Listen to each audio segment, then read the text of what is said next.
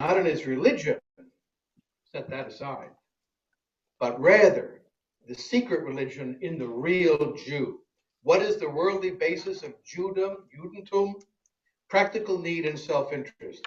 The worldly cult of the Jew, huckstering, has a very negative connotation in the German. It's not just bargaining, it's cheating.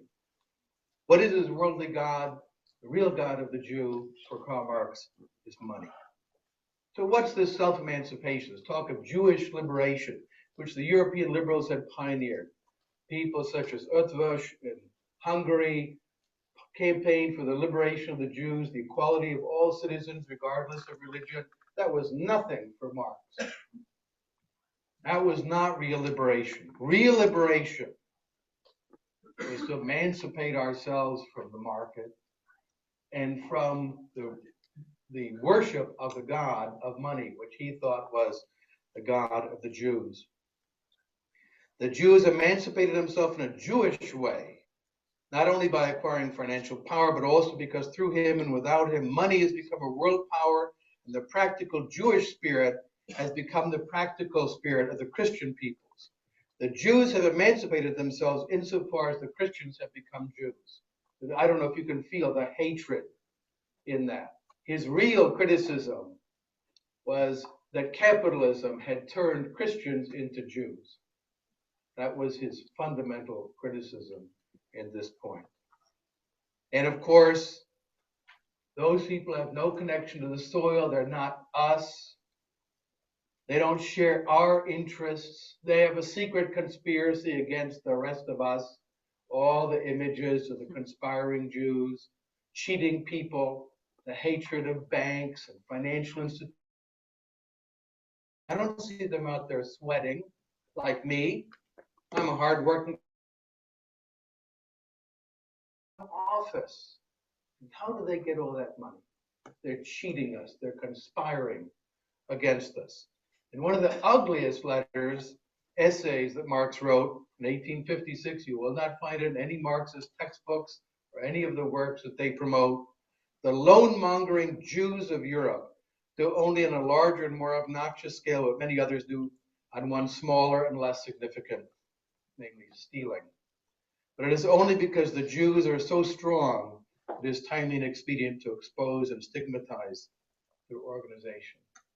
So deep at the root of this is hatred of the merchant, and in European civilization, often since the Middle Ages, identified with the horrible foreign Jew. The person is not one of us.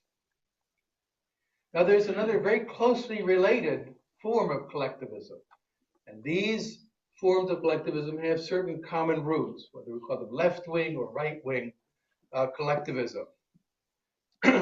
This one we call the far right, or the right. And some of us thought it had largely disappeared in 1945. And the reading I've been doing lately, and trust me, I've been reading lots of really awful, terrible, terrible books. And sometimes upon finishing the book, I just feel like I want to take a shower. I'll talk about some of those works. But also some of the most influential thinkers of the 20th century. Let me talk about some of these figures. They were all Nazis, all profoundly collectivist, and all deeply significant for the rest of the 20th century and up until today. You may not know them. You may have heard of some of them. You probably haven't trudged through their difficult and tedious works, but their influence is deep and subtle. In effect, National Socialism went for a long time, but it's had a profound influence on the politics of the world. Right-wing populism on the left, and even I'll talk about Islamism as well, deeply influenced by these ideas. When I say Islamism, I want to be very clear, I'm not talking about Islam, but the political ideology of politicized Islamism. First, Ernst Jünger, who's a novelist, actually quite a profound artist. His book, The Storm of Steel and Stahlgewitter, is one of the finest books of the First World War. Carl Schmitt, legal theorist, professor of law, a very brilliant man. These are not stupid people. It is always a mistake to underestimate the enemies of liberalism as being stupid because they promote brutal policies. These are highly educated, highly intelligent intellectuals, and Martin Heidegger, professor of philosophy, author of many almost unreadable books. I mentioned the books I've been reading lately. It's incredibly painful to read page after page of Martin Heidegger, but I think it's worth it for someone to suffer through this experience. So let's start with Heidegger. Here he is with his library, such a deep thinker. A little bit earlier with his, can't see it very well there, but his party membership badge. And here he is with the leaders of the university and the stormtroopers, the opening of the University of Freiburg. Carl Schmitt, a very influential figure. We'll talk about his theories in particular. Here he was in his dotage, continuing to cultivate circles of thinkers and work with young scholars, many of whom are quite influential today, and there with his good friend Ernst Jünger. Ernst Jünger was involved in military intelligence in the occupation of Paris. They were extreme collectivists. They were active National Socialists. What's remarkable is they continued their propagation for National Socialism after the war. And this is very important. And this is only becoming evident now as the Heidegger volumes are being opened, more of them are being published. We see the extent to which there's a continuity in his thought, and also the degree to which he and others covered their trails. So let's start with Jünger. World War I was a catastrophe for European civilization. That's a truism, it's obvious. But it had a searing impact on the mentality of Europeans. A cult of death emerged out of the First World War. Worship of death. It is no accident that in Romania, the big fascist movement, the Iron Legion of the Archangel Michael, angel of death. There was a real death cult that emerged in many European countries because they had seen so much. The war was, it's hard for us to imagine what, let's say, your great-grandparents or maybe great-great-grandparents went through. My grandparents were in the war, in that war, and it was horrific. You go to parts of Romania and Central Europe, whole valleys full of graveyards, armies moving back and forth and back and forth. And Ernst Jünger was a stormtrooper. These are the guys who jumped into the trenches with their knives and fought trench to trench. And he wrote about this in The Storm of Steel. Oops, it's really worth reading. I learned from this very 4 years schooling in force all the fantastic extravagance of material warfare. There are ideals in comparison with which the life of an individual and even of a people have no weight.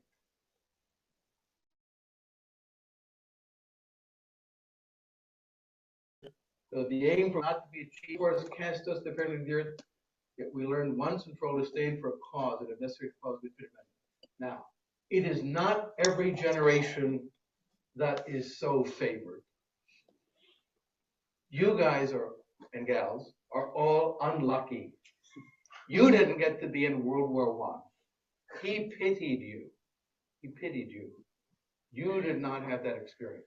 Now, I should point out another great novel, which I highly recommend, All Quiet on the Western Front, presents the other perspective. Written by a classical liberal, Erich Maria Remarque, understood free markets, economics, liberalism. Generally, he was not a political writer, but he was definitely a liberal. And he stood against this. And in some sense, these two were polar opposites. Their experience of the war was different. Their perception of the war and what they wrote about the war. Jünger became a celebrated figure of the Third Reich. Erich Maria Remarque had to escape for his life. His sister did not escape and was beheaded by the Nazis. And as the chief judge of the Volksgerichtshof, the People's Court, said, "Your brother escaped us, but you will not." So she was murdered because of her brother having written this Jewish book against war and in favor of a bourgeois society. Now, after the war, after this embarrassment of having been quite an enthusiastic Nazi, and by the way, of the three, he acquitted himself better. He started to have evidently some doubts at the end of the war. This is not turning out well. I would not consider this a liberal conversion, but he had some understanding things were not going to work well for Germany. But he was celebrated after the war. François Mitterrand, himself someone who did not have a very good record of the Second World War, having been involved with collaboration and then covered it up. But he gave him, of course, a great award. The man before me impressed me with his demeanor, that of a Roman, haughty and simple, unalterable. I salute him, etc. Enough to make me want to throw up. Two people I detest saluting each other. He was, of course, the leader of the Socialist Party, so a man of the left, and so saluting and so close to this man of the right, Ernst Jünger, who celebrated what were called the ideals of 1914, a concept that is now largely forgotten, but it meant something at the time. The ideals of 1914 meant war, socialism, state power, the abnegation of liberalism, markets, trade, toleration, those other principles. Now, Jünger, although he tried to portray himself as a hipster in his later life, and I should point out these guys all lived forever. So it's unfortunate. One way to guarantee long life is to be a Nazi intellectual. He died at 102. He wrote a book, Der Arbeiter, the worker, which is a kind of collectivist vision of working before the state, had a big influence on many people, including Heidegger. And I read an interview with him some years ago about the Soviet Union. I was very interested in the plan, the idea of the plan. I told myself, granted, they have no constitution, but they do have a plan. This may be an excellent thing. So anything but liberalism. Soviet Union, okay. Third Reich, fine, great. Anything but liberalism. This is the key subtext behind these thinkers. Jünger, again, a particularly repulsive essay he wrote on total mobilization, total war, and total state, in an essay celebrating pain. Well, all of us should read this before going to the dentist the next time. But he says, today we can say with some certainty the world of the self-gratifying, self-critical individual is over. Its system of values, this means liberalism, by the way, if no doubt still widespread, has been overthrown and all decisive points are refuted by its own consequences. He celebrated the integration of man in the machine. The tank, the machine gun is a union of the organic and the mechanical for the purpose of serving the state. And he even wrote, before kamikaze pilots were known, the idea of a flying human bomb. How cool is that? Total subjection and sacrifice to the state. You become a bomb. That was his vision of the ultimate life of man.